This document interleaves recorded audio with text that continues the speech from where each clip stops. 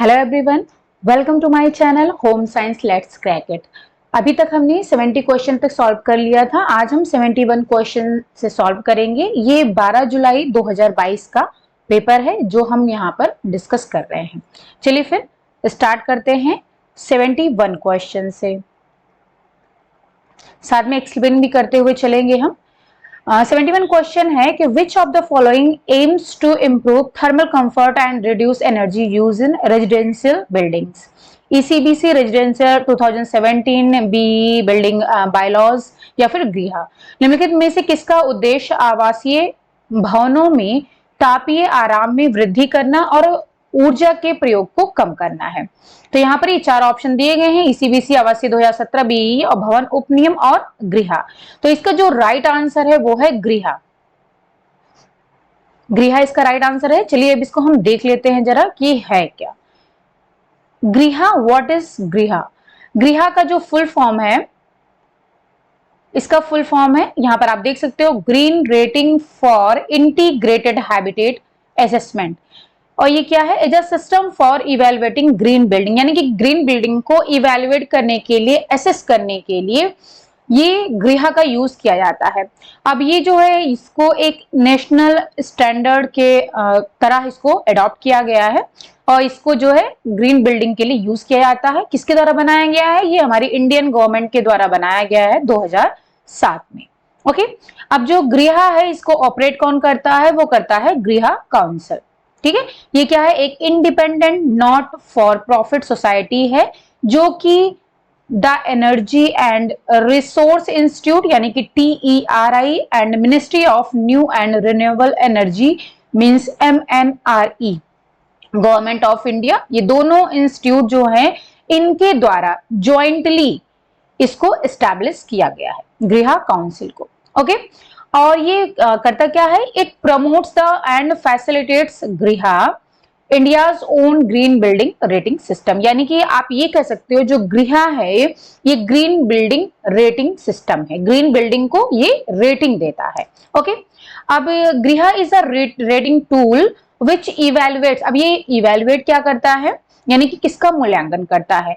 Evaluates the environmental performance, यानी कि जो पर्यावरण का परफॉर्मेंस है, पर्यावरण के ऊपर जो भी बिल्डिंग बन रही है उसका क्या प्रभाव हो सकता है।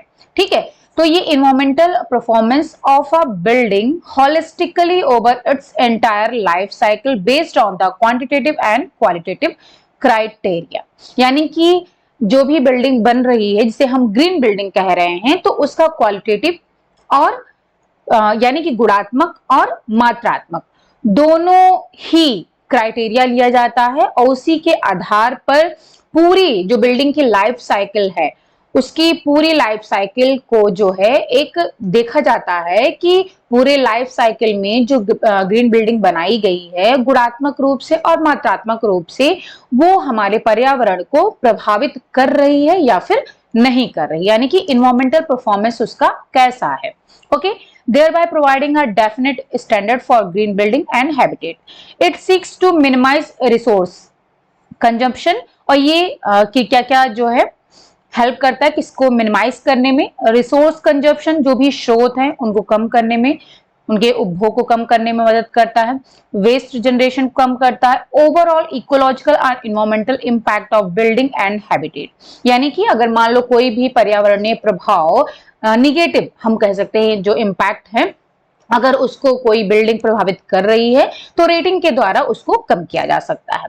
Okay, based on the principle of what gets measured gets managed, गृह measures a building environmental performance, यानी कि ओवरऑल गृह को हम कह सकते हैं कि ये इन्वायरमेंटल परफॉर्मेंस को जो है मेजर करता है। और के स्केल जो होती है ये 1 to 5 होती है, यानी कि 1 to 5 स्टार दिया जाता है।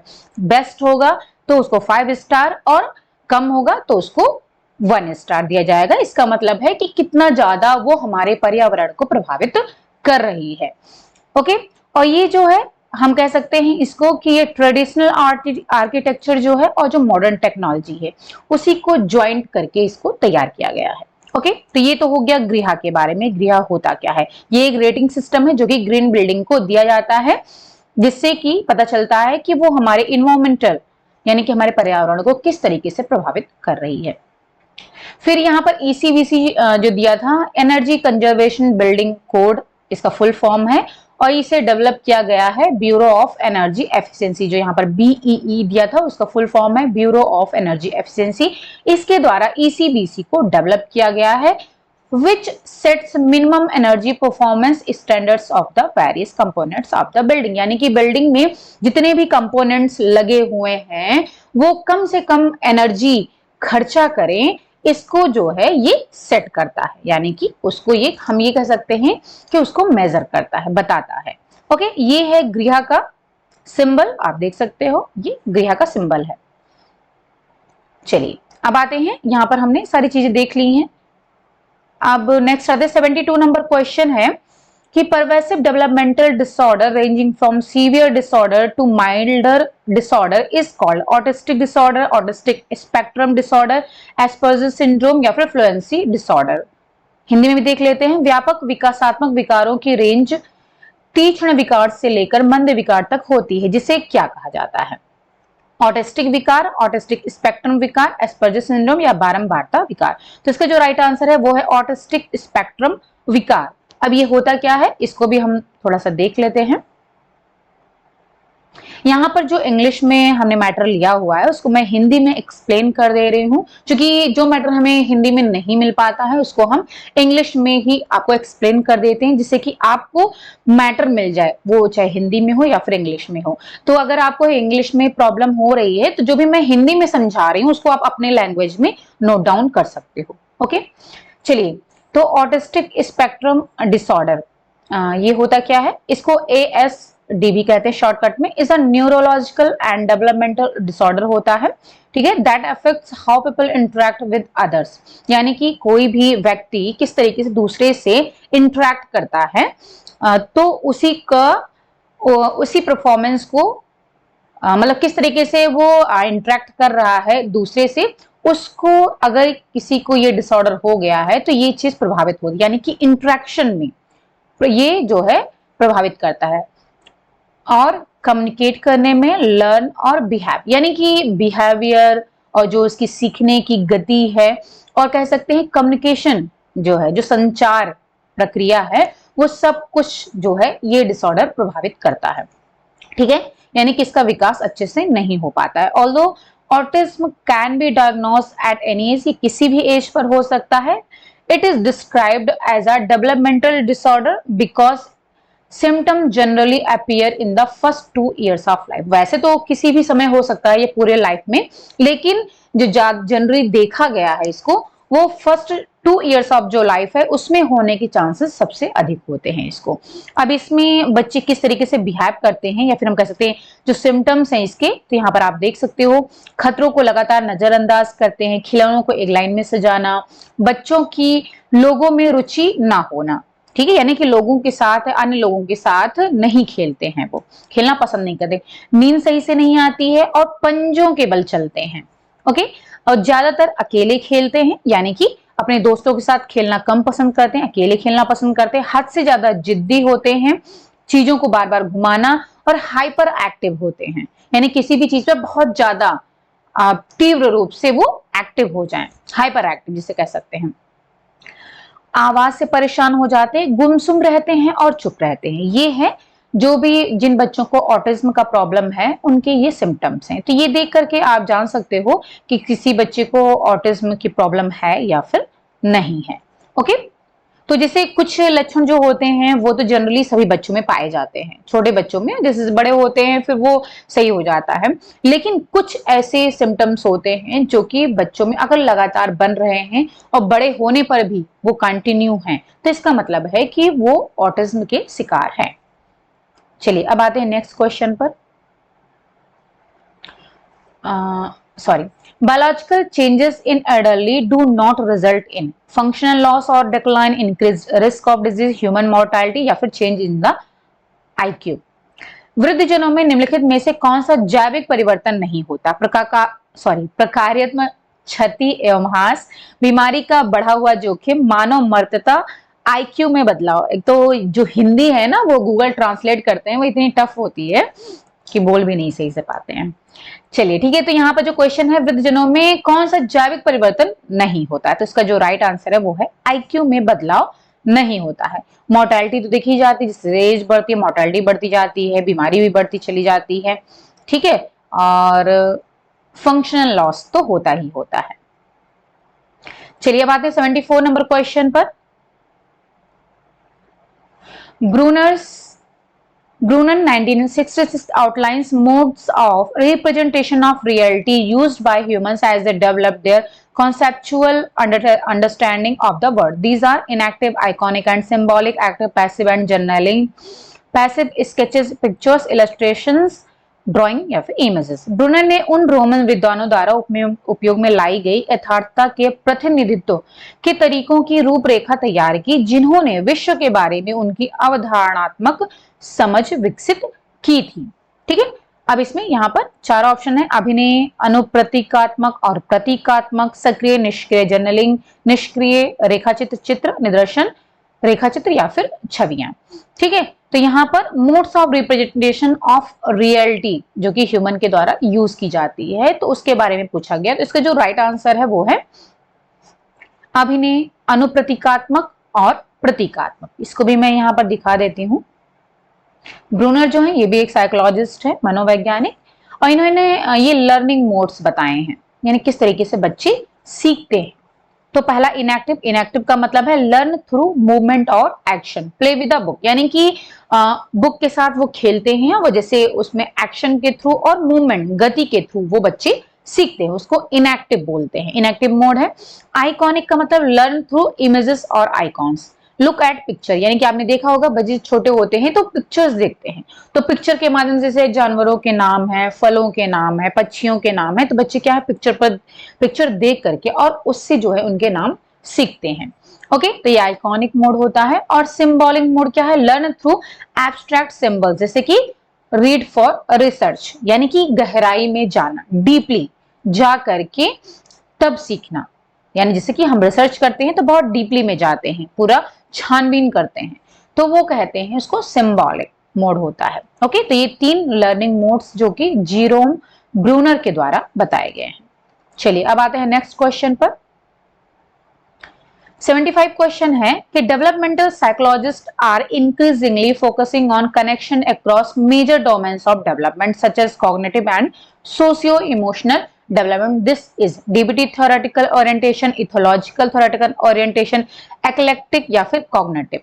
ओके, विकासात्मक मनोवैज्ञानिक विकास के मुख्य क्षेत्रों जैसे संज्ञानात्मक एवं सामाजिक संवेदात्मक विकास के बारे में संबंधों पर अधिकाधिक ध्यान केंद्रित कर रहे हैं।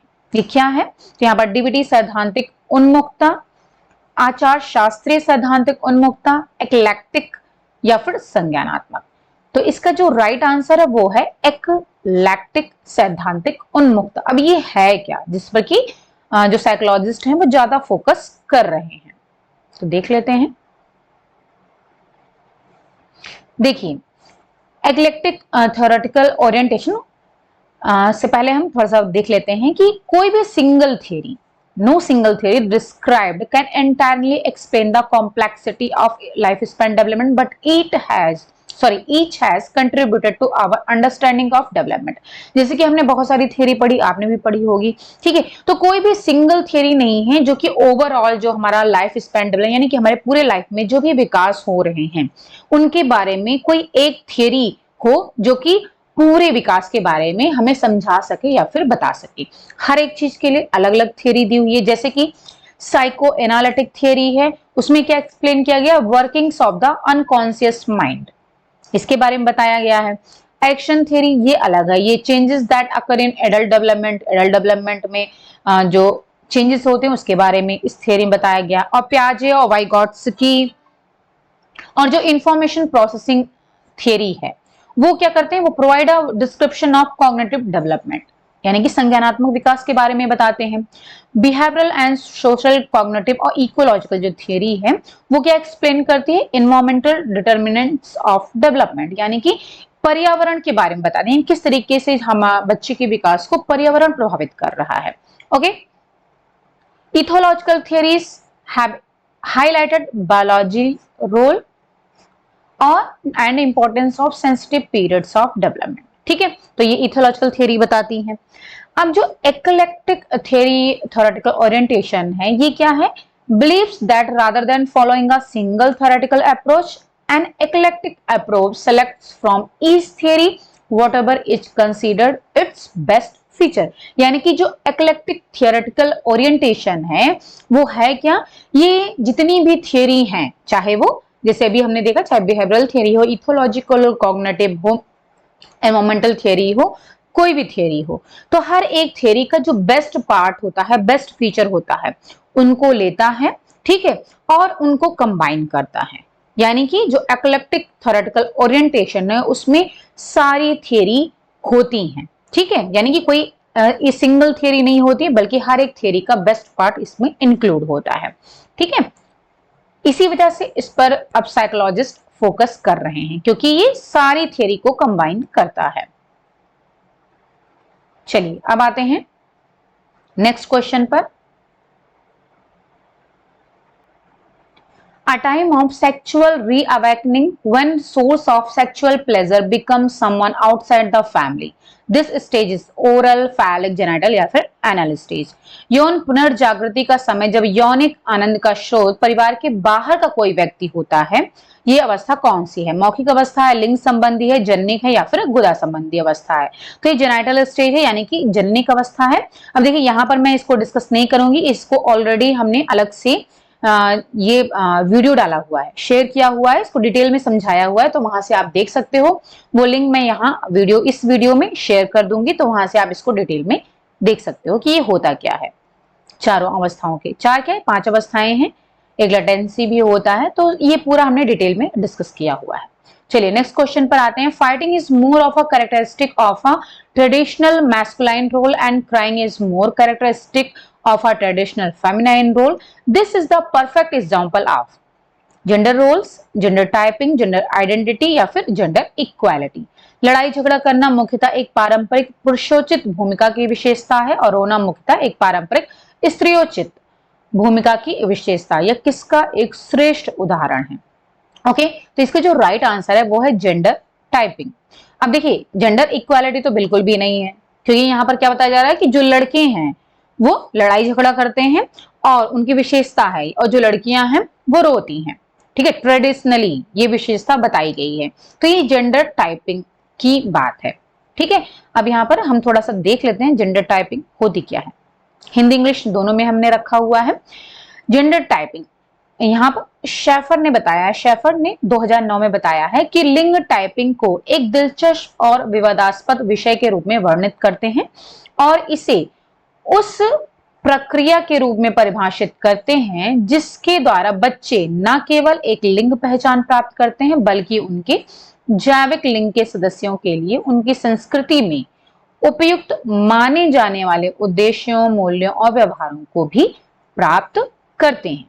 यहाँ दूसरी भी है, लिंग टंकण भी इसको हिंदी में कहते हैं। वो प्रक्रिया है जिसके द्वारा एक बच्चा अपने लिंग के बारे में जागरूक हो जाता है और इस प्रकार लिंग के उन सदस्यों के मूल्यों और विशेषताओं को अपनाकर तदनुसार व्यवहार करता है जिसे वे स्वयं के रूप में पहचानते हैं। यानी कि जो भी सदस्यों के द्वारा, परिवार के सदस्यों के द्वारा, समाज के द्वारा जो भी मूल्य और विशेषताएं बताई गई हैं कि इस तरीके से व्यवहार करो, इस तरीके से बात करो, इस तरीके से आप बिहेव करो, तो वो जो है उसको हम देखते हैं, पहचानते हैं और उसको अडॉप्ट कर लेते हैं। ओके, तो ये लिंग के बारे में जागरूक करता है। फिलहाल ये तो बिल्कुल ही गलत है कि हाँ लड़कियां रोती हैं और लड़के लड़ाई झगड़ा करते हैं, लेकिन ये डिपेंड करता है कि फैमिली में किस तरीके से बच्चे के साथ ट्रीट किया जा रहा है। क्योंकि हमारे यहाँ क्या होता है कि हमारे यहाँ बच्चों को ये बोला जाता है ना कि लड़कियां रोती हैं। आपने एक जो है वो भी देखा होगा, एड आता था जिसमें कि नहीं, अरे लड़के अगर रोते, लड़के अगर रोने लगते हैं कि लड़की हो क्या, रो रहे हो, तो इसका क्या मतलब है कि सिर्फ लड़कियां रोती हैं? तो ये जो बात है कि लड़कियां रोती हैं, लड़के लड़ाई झगड़ा करते हैं, तो ये जो है फैमिली से स्टार्ट होता है। यानी कि फैमिली में आप जैसे पेरेंट्स हैं, परिवार के जो भी सदस्य हैं, जिस तरीके से उनको समझाते हैं, उनको बताते हैं कि उनका क्या रोल है, उनको किस तरीके से व्यवहार करना चाहिए, किस तरीके से बात करना चाहिए, वही बच्चे आगे जाकर के सीखते हैं। क्योंकि जन्म से कोई भी कुछ नहीं सीख करके आता है कि वो मेल है तो उसे किस तरीके से बिहेव करना है, या फिर जो है फीमेल है तो उसे किस तरीके से बिहेव करना। ये हमारी सोसाइटी है वही डिसाइड करती है, ठीक है, कि हमें किस तरीके से बिहेव करना है। देखिए उसी को हम आगे देखते हैं कि यहाँ पर जेंडर आइडेंटिटी और जेंडर रोल भी दिया हुआ है। तो जो जेंडर आइडेंटिटी होती है, ठीक है, लिंग भूमिका जिसे कह सकते हैं, वो क्या है, एक फिजिकल मेकअप है to which an individually biologically belong, यानी कि हम जो बायोलॉजिकली जैविक रूप से जो हमारा संबंध होता है, यानी जैविक रूप से या फिर अपने पेरेंट्स से जो चीजें हम लेकर के पैदा होते हैं, गुण कह सकते हैं, क्वालिटी विशेषता जो लेकर के पैदा होते हैं, वही हमारा फिजिकल मेकअप होता है, ठीक है, और उसी को हम आगे जाकर के डेवलप करते हैं, उसी का विकास होता है, तो उसी से हमारी पहचान बनती है। तो ये हम कह सकते हैं कि जेंडर आइडेंटिटी है हमारी। और रोल की अगर बात करें तो रोल ये बायोलॉजिकली नहीं होता, यानी कि जैविक रूप से हम अडॉप्ट नहीं करते हैं, बल्कि ये जो है हमारा एक सेट ऑफ बिहेवियर है जो कि सोसाइटी समाज के द्वारा निश्चित किया जाता है कि वो हर एक सेक्स का, यानी कि मेल और फीमेल को किस तरीके से बिहेव करना है। तो हम ये कह सकते हैं जो जेंडर रोल है वो हमारे समाज के द्वारा निर्धारित किया जाता है, जबकि जेंडर आइडेंटिटी जो है वो बायोलॉजिकली होती है। ओके, चलिए अब आते हैं नेक्स्ट क्वेश्चन पर। 78 नंबर क्वेश्चन है कि theory suggest that like a machine the organism simply deteriorates over time. This process is influenced by environmental stress such as poverty and poor nutrition, wear and tear theory, immunological theory, activity या फिर disengagement theory। Hindi में भी देख लेते हैं। किस सिद्धांत में सुझाव दिया जाता है कि किसी मशीन की भांति संगठित शरीर रचना आपूर्ति में समय बीतने के साथ ह्रास होता है। यह प्रक्रिया निर्धनता और कमजोर पोषण जैसे पर्यावरणीय दबावों से प्रभावित होती है। ये टूट फूट सिद्धांत में कहा गया है, प्रतिरक्षणात्मक सिद्धांत में कहा गया है, कार्यकलाप या फिर विलगन सिद्धांत में कहा गया है। तो ये जो राइट आंसर है इसका टूट फूट सिद्धांत, वियर एंड टियर थियरी, ये है क्या, देख लेते हैं।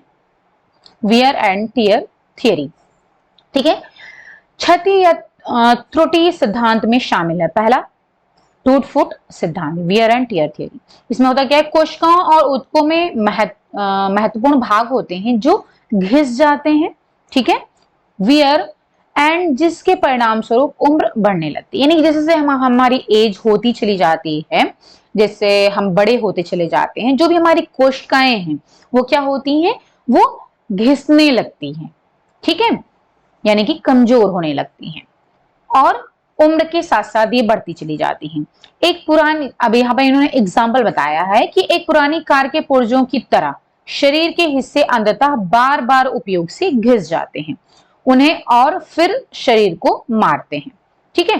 तो उम्र बढ़ने के टूट फूट के सिद्धांत को पहली बार किसने दिया था, ये पहली बार 1882 में एक जर्मन जीव विज्ञानी थे डॉक्टर अगस्त वीसमैन, इनके द्वारा ये दिया गया था, ठीक है। जो wear and tear theory, wear and tear theory का मतलब है जिससे हमारी एज बढ़ती चली जाती है, हमारी कोशिकाएं हैं वो घिसने लगती हैं, यानी कि हम कह सकते हैं कोशिकाएं, नई कोशिकाओं का निर्माण होना बंद हो जाता है, बस जो पुरानी कोशिकाएं हैं वही जोनी की मरम्मत होती है, वही काम करने लगती हैं। तो होता क्या है, धीरे धीरे वो कमजोर होने लगती हैं और हमारी एज बढ़ने लगती है, ठीक है। इसी वजह से इसको वियर एंड टियर थियरी कहा गया है। चलिए अब आते हैं नेक्स्ट क्वेश्चन पर। पीएम पोषण,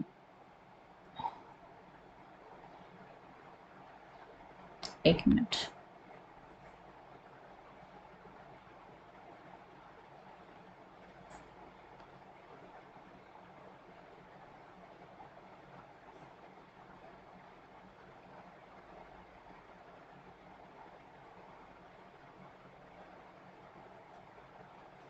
चलिए अब आते हैं next question. PM Poshan has replaced earlier program of Poshan Abhiyan, ICDS, MDM या फिर एसएनपी। प्रधानमंत्री पोषण शक्ति निर्माण योजना को पहले की किस कार्यक्रम से प्रतिस्थापित किया गया है, ठीक है। तो यहाँ पर जो राइट आंसर है वो है एमडीएम, यानी कि मिड डे मील, ये मिड डे मील का फुल फॉर्म है, ठीक है, मिड डे मील प्रोग्राम, उससे जो जो पीएम पोषण अभियान है उसको जो है रिप्लेस कर दिया गया। पहले मिड डे मील था, अब पीएम पोषण नाम से है।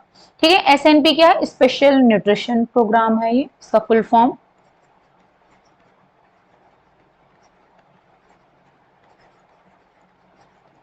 ओके, आईसीडीएस आप जानते हो, इंटीग्रेटेड चाइल्ड डेवलपमेंट स्कीम है। चलिए अब आते हैं नेक्स्ट क्वेश्चन पर। 80 नंबर क्वेश्चन है, the model which is considered suitable for public speaking but is one way model of communication and was proposed by Lasswell, legal, बर्लो या फिर अरस्तु। वह प्रतिदर्श जो सार्वजनिक बोलचाल के लिए उपयुक्त माना गया लेकिन संप्रेषण का एक तरफा प्रतिदर्श है, उसे किसके द्वारा प्रस्तावित किया गया था? तो ये प्रस्तावित किया गया था अरस्तु के द्वारा। ओके, अब यहाँ पर जो लीगन और बर्लो और अरस्तु हैं, सॉरी, ठीक है, तो इसके बारे में बता दें। जो पहले अरस्तु के बारे में बात करते हैं कि अरस्तु ने जो सिद्धांत मॉडल दिया है, ठीक है, कम्युनिकेशन में आपने पढ़ा होगा, तो उन्होंने जो मॉडल दिया है वो है स्पीकर, भाषण, स्पीच और ऑडियंस। यानी कि स्पीकर बोलेगा, स्पीच देगा और ऑडियंस सुनेगी। तो ये वन साइड है, एक तरफा प्रतिदर्श है, यानी कि एक तरफा कम्युनिकेशन हुआ। ठीक है, अब यहां पर इसके बाद में बर्लो की अगर हम बात करें तो बर्लो ने जो दिया है तो उसमें इन्होंने कहा है, इसमें इन्होंने सोर्स, एनकोड, एनकोडर, फिर मैसेज, ये मॉडल है मैसेज, फिर है चैनल, इसके बाद में आता है डिकोडर और फिर आता है रिसीवर। ध्यान दीजिएगा यहां पर ऑडियंस है, ऑडियंस का काम क्या होता है? सिर्फ सुनना, ना कि कोई फीडबैक देना। और बर्लो ने क्या कहा कि सोर्स जो इनकोड करेगा मैसेज को और वो चैनल के थ्रू डिकोड होगा और रिसीवर के पास जाएगा। ठीक है, यानी कि इन्होंने जो है कहा है कि जो भी मैसेज दिया जा रहा है सोर्स के द्वारा, वो जो है परिवर्तित रूप में रिसीवर के पास पहुंचता है और वो उसको उपयोगी बनाने का प्रयास करता है। ठीक है, यानी सिर्फ यहां पर सुन नहीं रहा है। लीगन की अगर हम बात करें तो इन्होंने जो मॉडल दिया हुआ है वो है कम्युनिकेशन, कम्युनिकेटर, फिर इसके बाद में आ जाएगा मैसेज, मॉडल बहुत पूछे जाते हैं, चैनल, फिर आएगा ट्रीटमेंट। इसके अलावा भी बहुत सारे लोगों ने अलग अलग मॉडल दिए हुए हैं। ऑडियंस आप सभी तैयार कर लेना, किसी से भी पूछा जा सकता है। और फिर है रिस्पॉन्स, ठीक है, रिस्पॉन्स ऑफ ऑडियंस। तो यहां पर भी रिस्पॉन्स है, यानी कि फीडबैक ऑडियंस का लिया जा रहा है। ठीक है, तो ये भी एक तरफा नहीं हुआ। और लॉसवेल की बात करें तो लॉसवेल ने बताया है, इन्होंने, आपने पढ़ा होगा, हु से व्हाट, हु से व्हाट, सॉरी,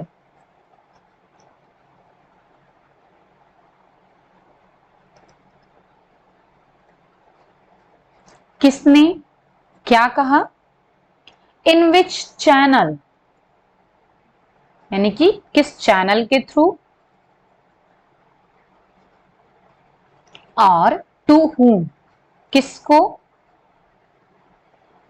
और लास्ट है विच what effect, with what effect, यानी कि किस प्रभाव के साथ। यानी हम कह सकते हैं ये सोर्स है, ठीक है, से व्हाट यानी कि मैसेज क्या है, और इन विच यानी यहां पर चैनल है, और टू whom यानी कि रिसीवर के पास जा रहा है, विद व्हाट इफेक्ट यानी कि उसका प्रभाव जो फीडबैक दे रहा है।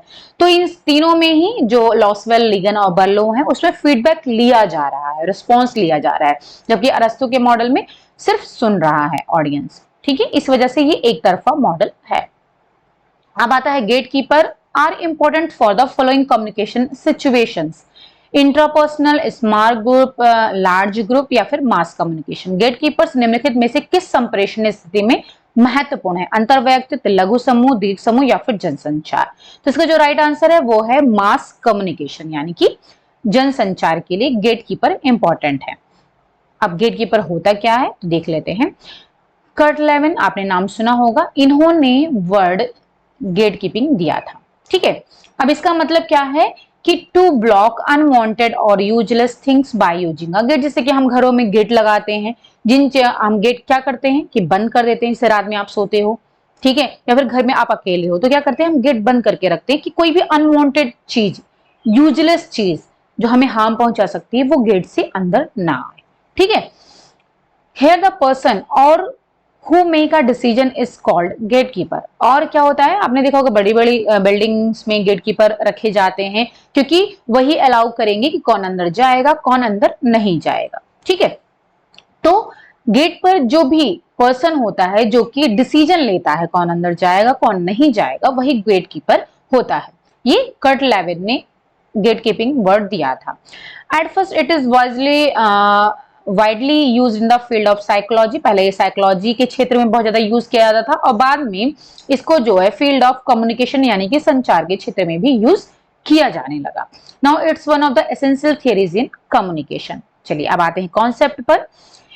The gatekeeper decides what information should move to group or individual and what information should not.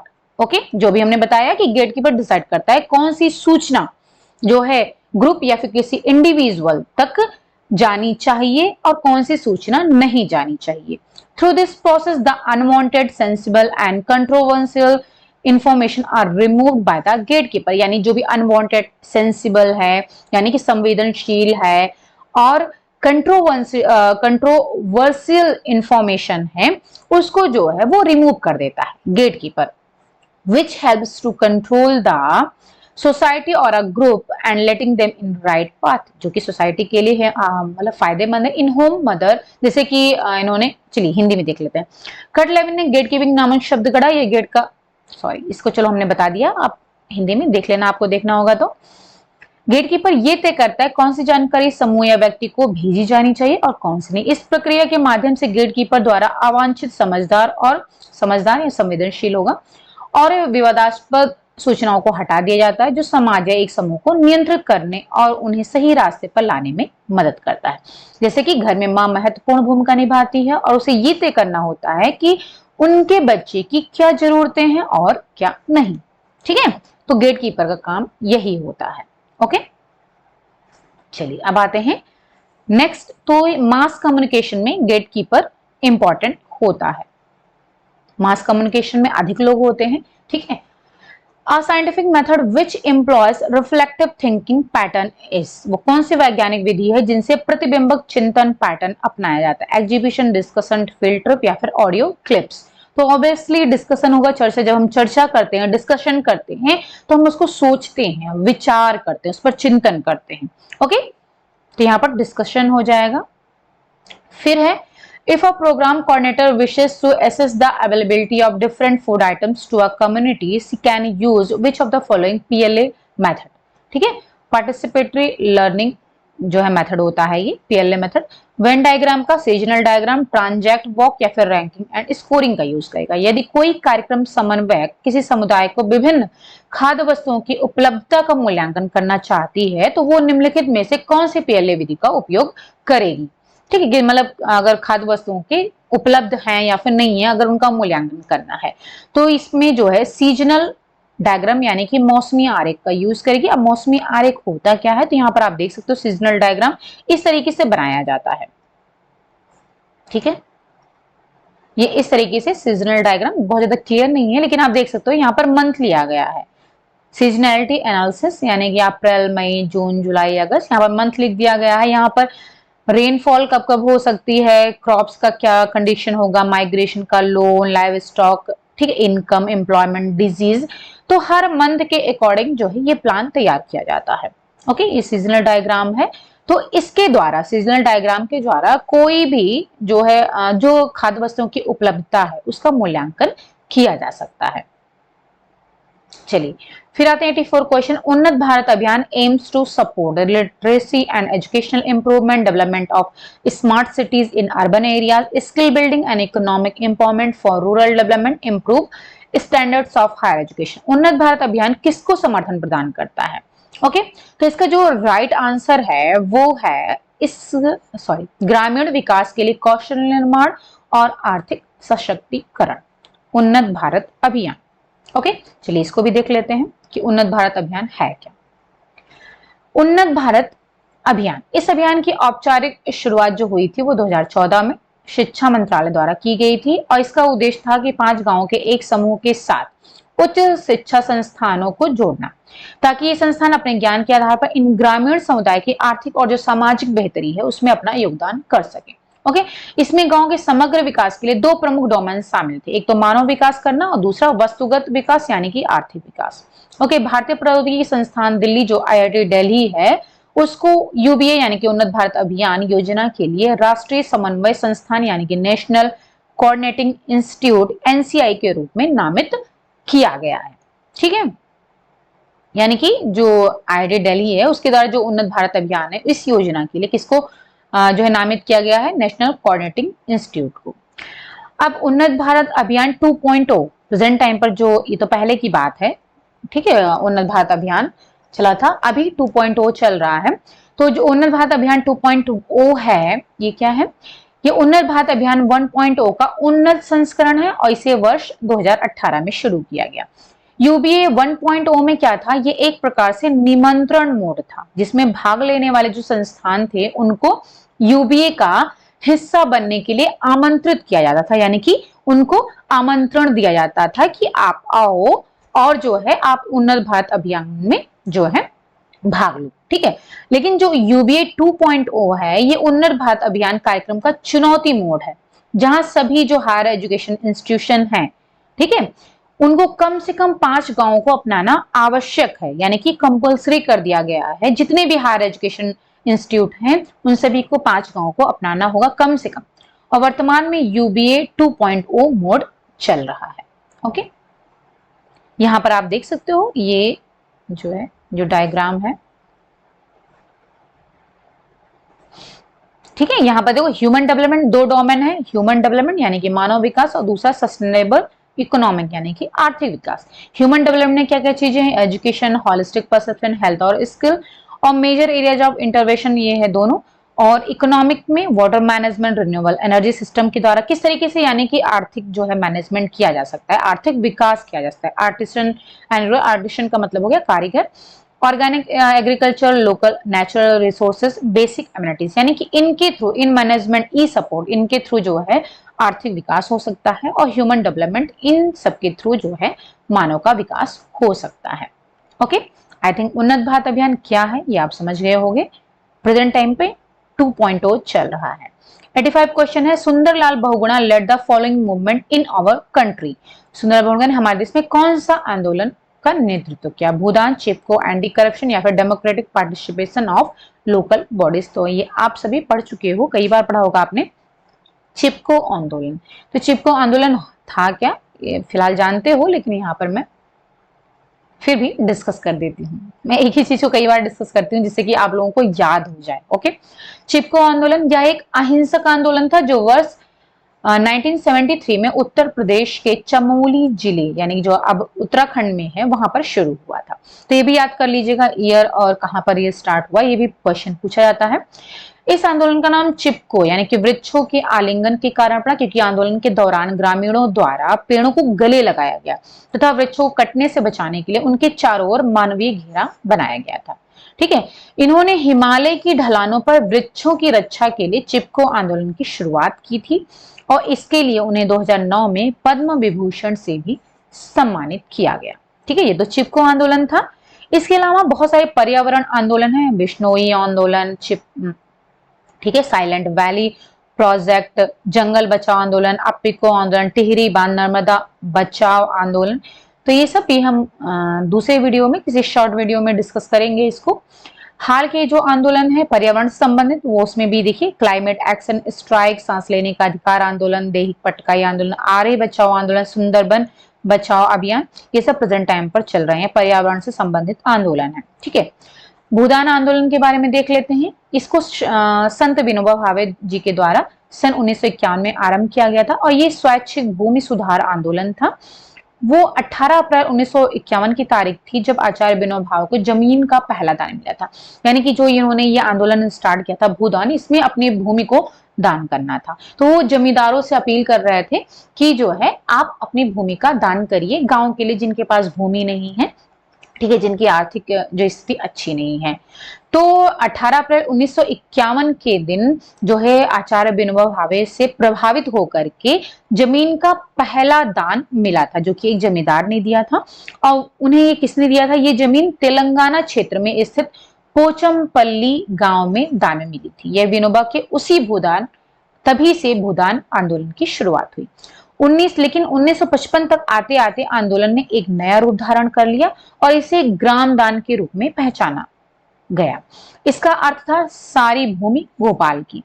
ग्राम दान वाले गांवों की सारी भूमि सामूहिक स्वामित्व की मानी गई, जिस पर सबों का बराबर का अधिकार था। यानी कि ग्राम दान में जो भी भूमि थी उस पर सबका अधिकार था।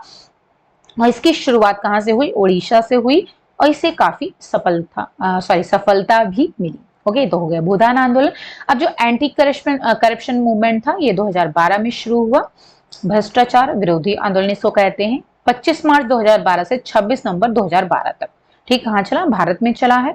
और इस किस कारण से चलाया गया था? सरकारी भ्रष्टाचार, पुलिस भ्रष्टाचार, न्यायिक, कारपोरेट क्लेप्टोक्रेसी, चुनावी धोखाधड़ी, लाल फीताशाही, राजनीतिक की विवेकाधीन शक्तियां, कालाधन, इन सब की वजह से एंटी करप्शन मूवमेंट स्टार्ट किया गया था। इसका लक्ष्य क्या था? जन लोकपाल विधेयक या फिर लोकपाल विधेयक 2011 का अधिनियमन करना। और इसमें अहिंसक विरोध किया गया था। और इसमें इसका परिणाम क्या होता? टीम अन्ना का विभाजन हो गया था और इंडिया अगेंस्ट करप्शन ने एक आम आदमी पार्टी का गठन किया। लोकपाल और लोकायुक्त अधिनियम 2013 का अधिनियमन हुआ। ओके, फिर जो लास्ट है उसमें है उसके बारे में, उसके अंतर्गत पंचायती राज संस्थान को जो एस्टैब्लिश किया गया था, इसको देख लेते हैं। सामुदायिक विकास का यानी कि कम्युनिटी डेवलपमेंटल जो प्रोग्राम है 1952 में स्टार्ट हुआ था। और राष्ट्रीय विस्तार सेवा, नेशनल एक्सटेंशन सर्विस 1953 में था। तो इन दोनों के कामकाज की जांच करने और उन्हें बेहतर कामकाज हेतु उपाय सुझाने के लिए भारत सरकार ने जनवरी 1957 में बलवंत राय मेहता की अध्यक्षता में एक समिति गठित की। समिति ने नवंबर 1957 में अपनी रिपोर्ट प्रस्तुत की और लोकतांत्रिक विकेंद्रीकरण, जिसे हम कहते हैं डेमोक्रेटिक डिसेंट्रलाइजेशन की योजना की स्थापना की सिफारिश की। बलवंत राय मेहता समिति के द्वारा ये सिफारिश की गई थी, जिसे अंततः पंचायती राज या स्थानीय स्वशासन की इकाई के रूप में जाना जाने लगा। ओके, इस तरीके से डेमोक्रेटिक डिसेंट्रलाइजेशन के स्टार्ट हुई। भारत में संवैधानिक रूप से पंचायती राज संस्थान की स्थापना करके 73 और 74 जो संशोधन हुए थे ने पंचायतों एवं नगर पालिकाओं को निर्वाचित स्थानीय सरकारों के रूप में स्थापित करना अनिवार्य कर दिया गया। आपने पढ़ा होगा 73 और जो 74 अमेंडमेंट है जो संशोधन हुए थे उसके अंतर्गत हुआ क्या था? इन संशोधनों के द्वारा संविधान में 2 नए भाग जोड़े गए थे, अर्थात 9 शीर्षक जिसमें पंचायत 73 संशोधन के द्वारा जोड़ा गया और भाग 9A शीर्षक में नगर पालिका ये 74 संशोधन के द्वारा जोड़ा गया संविधान में। पहले ये नहीं था, लेकिन पंचायत और जो नगर पालिका है इसको इन्हीं संशोधन के द्वारा जोड़ा गया था संविधान में। 11वीं अनुसूची में पंचायतों की शक्तियां, अधिकार और जिम्मेदारियां शामिल है और जो 12वीं अनुसूची है उसमें नगर पालिका की शक्तियां, अधिकार और जिम्मेदारियां शामिल है। और जो अनुच्छेद 40 है उसमें ग्राम पंचायत का गठन है। ओके, चलिए अब आते हैं नेक्स्ट पर। To account for differences in pretest means और for statistically equating groups on other factors or covariates that the investigator suspects may influence the dependent variable we use ranked sentence, MANOVA and कोवा या फिर Pearson are. पूर्व परीक्षण माध्यमों में भिन्नताओं के लिए अथवा अन्य कारकों पर सांख्यिकीय रूप में समीकृत करने वाले समूहों अथवा सहचरों का कारक जानने हेतु जो कि अनुसंधान करता संदेह करता वे उस आश्रित चर को प्रभावित कर सकते हैं, यह जानने के लिए हम क्या प्रयोग में लाते हैं? तो वो है एनकोवा। फिर है नेक्स्ट 87 क्वेश्चन कि a study is design to assess the effects of an educational programme on students achievement. In this study the variables that is educational programme and achievements are independent, independent variable है या फिर dependent and independent है, both dependent है या फिर both independent है। एक अध्ययन जो कि विद्यार्थियों की उपलब्धि पर किसी शैक्षणिक कार्यक्रम के प्रभावों को जांचने के लिए अभिकल्पित है। इस अध्ययन में चर शिक्षा का कार्यक्रम और उपलब्धि है, क्या है वो? इंडिपेंडेंट है या फिर डिपेंडेंट? तो पहला आंसर इसका सही है, इंडिपेंडेंट एंड डिपेंडेंट रेस्पेक्टिवली का मतलब हो गया। यहाँ पर जो पूछा गया है एजुकेशनल प्रोग्राम वो क्या है? इंडिपेंडेंट है, यानी कि वो डिपेंडेंट नहीं है किसी पर, आप क्या बोलते हैं, निर्भर नहीं है। और जो अचीवमेंट है वो डिपेंडेंट है, यानी कि अचीवमेंट क्या है, वो निर्भर करता है। जो स्टूडेंट का अचीवमेंट है, ठीक है, वो किस पर निर्भर करता है?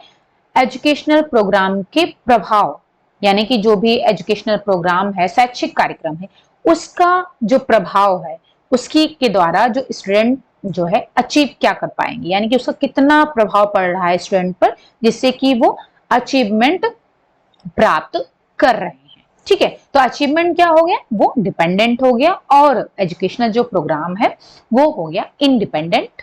ओके, चलिए अब आते हैं नेक्स्ट पर।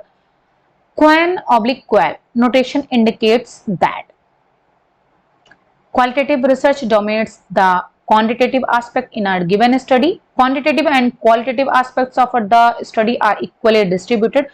Qualitative methods are embedded within a quantitative design. Mixed methods approach is invalid for the given study. तो इसका जो right answer है वो है qualitative methods are embedded within a quantitative design. अब QUAN क्वाल अंकलन पद्धति निर्दिष्ट करती है क्या? तो इसको देख लेते हैं हम, थोड़ा सा, ज्यादा तो नहीं, थोड़ा सा हम डिस्कस कर लेते हैं। अब यहां पर क्वाल और क्वान, ठीक है। अब यहां पर क्वाल के बारे में दिया गया और ये क्वान के बारे में। क्वाल का है, ये है क्वांटिटेटिव रिसर्च होता है, इसमें यूज किया जाता है। क्वान का क्वालिटेटिव रिसर्च के लिए यूज किया जाता है। इसमें क्या होता है? स्ट्रक्चर्ड डेटा होते हैं, स्टैटिस्टिकल एनालिसिस की जाती है, ऑब्जेक्टिव कंक्लूजन्स होते हैं और ये सर्वे और एक्सपेरिमेंट के थ्रू किया जाता है। क्वालिटेटिव रिसर्च यानी कि क्वान में अनस्ट्रक्चर्ड डेटा होते हैं, समरी होती है और सब्जेक्टिव कंक्लूजन्स होते हैं और ये इंटरव्यू, फोकस ग्रुप और ऑब्जर्वेशंस के थ्रू जो है इसको किया जाता है। ओके, अब है last question, sorry 89 question. When the histogram reaches its peak at the sample median and then decreases uniformly on both sides of this point, it is a normal distribution, positively skewed, negatively skewed, या फिर distribution in which the mean, mode and median do not coincide. जब आयत चित्र प्रतिदर्श माध्य पर अपने सर्वोच्च बिंदु पर जाता है और फिर इस बिंदु के दोनों किनारों पर समान रूप से घटता है तो ये होता है सामान्य बंटन, धनात्मक की ओर झुकाव, ऋणात्मक की ओर झुका, या फिर एक बंटन जिसमें माध्य, बहुलक, माध्यिका संपाती नहीं होते हैं। ठीक है, तो यहाँ पर जो राइट आंसर है वो है सामान्य बंटन यानी कि नॉर्मल डिस्ट्रीब्यूशन। इसको भी देख लेते हैं हम। देखिए नॉर्मल डिस्ट्रीब्यूशन ये होता है, इसको बेल शेप भी बोलते हैं, जैसे घंटी होती है वैसे ही इसका शेप होता है। ठीक है,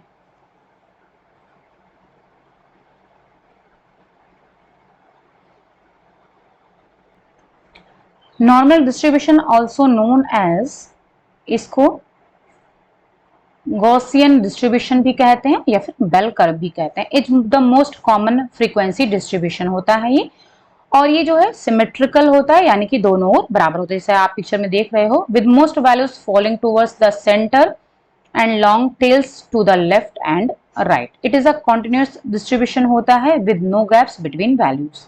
ओके, फिर है normal distribution are found everywhere for both natural and manmade phenomena. यहाँ पर चलिए इसको नहीं, हम स्क्यूड के बारे में देख लेते हैं। ठीक है, फिर जो स्क्यूड डिस्ट्रीब्यूशन होता है ये आप देख सकते हो, एक तो इस तरीके से होता है, ठीक है, और एक होता है इस तरीके से। ठीक, when a normal curve slopes to the left और राइट, यानी कि या तो लेफ्ट की तरफ झुका हो या तो राइट की तरफ झुका हो, तो इसको स्क्यूड डिस्ट्रीब्यूशन कहते हैं। नॉर्मल डिस्ट्रीब्यूशन आपने देख लिया, दोनों ओर बराबर होता है, बेल शेप में होता है, लेकिन जब या तो वो लेफ्ट की तरफ उसका झुका होगा या फिर राइट की तरफ झुका होगा तो उसको स्क्यूड डिस्ट्रीब्यूशन कहते हैं। अब इसमें डिपेंड, ये इस पर निर्भर करता है कि location of the long tail, जो लॉन्ग टेल है यानी कि ये जो बात की जा रही है ये लॉन्ग टेल है, ठीक है, इसका झुकाव किस तरफ है, not the peak, not the peak, इसकी बात पीक की बात नहीं की जा रही है बल्कि लॉन्ग टेल का लोकेशन क्या है, उसका झुकाव किधर है। It's what gives this frequency distribution shape it's name, ठीक है, जैसा शेप नेम दिया जाता है, यानी कि जो लॉन्ग टेल है उसका झुकाव जिस तरफ होगा, लोकेशन जिस तरफ होगा, उसी आधार पर उसका नाम दिया गया है। A long tail on the right, अगर ये जो लॉन्ग टेल है वो अगर राइट साइड है तो जो है इसको राइट स्क्यूड या फिर पॉजिटिवली स्क्यूड कहा जाएगा, और अगर ये लॉन्ग टेल लेफ्ट साइड है तो इसको लेफ्ट स्क्यूड या फिर निगेटिवली स्क्यूड कहा जाएगा। ओके, तो आई थिंक धनात्मकता की ओर झुकाव जो भी हमने डिस्कस किया और ऋणात्मकता की ओर डिस्कस कर लिया है। फिर है last question, following data shows sample weights of newborns in 2 adjacent cities, यहां पर दिया गया है, डेटा दिया गया है, ठीक है, सैंपल वेट दिया गया न्यूबॉर्न का, which will be a suitable test of hypothesis to assess if the mean weights of newborn vary significantly और नॉट। निम्नलिखित आंकड़ा दो निकटवर्ती शहरों में नए जन्मे बच्चों के प्रतिदर्श भारों को प्रदर्शित करता है। यदि नए जन्मे बच्चों के माध्य भार अर्थपूर्ण तरीके से भिन्न हो या फिर नहीं हो, इसका आकलन करने के लिए परिकल्पना का उचित परीक्षण कौन सा होगा। तो इसका जो राइट आंसर है वो हो जाएगा पेयर्ड टी टेस्ट। जो टी टेस्ट का यूज किया जाता है वो कंपैरिजन करने के लिए किया जाता है, यानी कि जो हम हाइपोथेसिस फॉर्म करते हैं, हाइपोथेसिस बनाते हैं, तो वो जो है सिग्निफिकेंट है या फिर सिग्निफिकेंट नहीं है, तो इसको कंपेयर करने के लिए पेयर्ड टी टेस्ट का यूज किया जाता है। ओके, चलिए अब यहां तक आज हमने 22 क्वेश्चन डिस्कस कर लिया है। 91 क्वेश्चन से हम नेक्स्ट वीडियो में डिस्कस करेंगे। अगर आपको पसंद आया हो तो लाइक जरूर कर दीजिएगा और ज्यादा से ज्यादा सब्सक्राइब कर लीजिए अगर अभी आप नए हो। इसका जो पेपर है पूरा पीडीएफ में जैसे ही सारे क्वेश्चन सॉल्व हो जाते हैं मैं इसको टेलीग्राम चैनल पर शेयर कर दूंगी, वहां से आप इसको डाउनलोड कर सकते हो। ओके, चलिए मिलते हैं फिर नेक्स्ट वीडियो में। Thank you so much and bye bye, take care.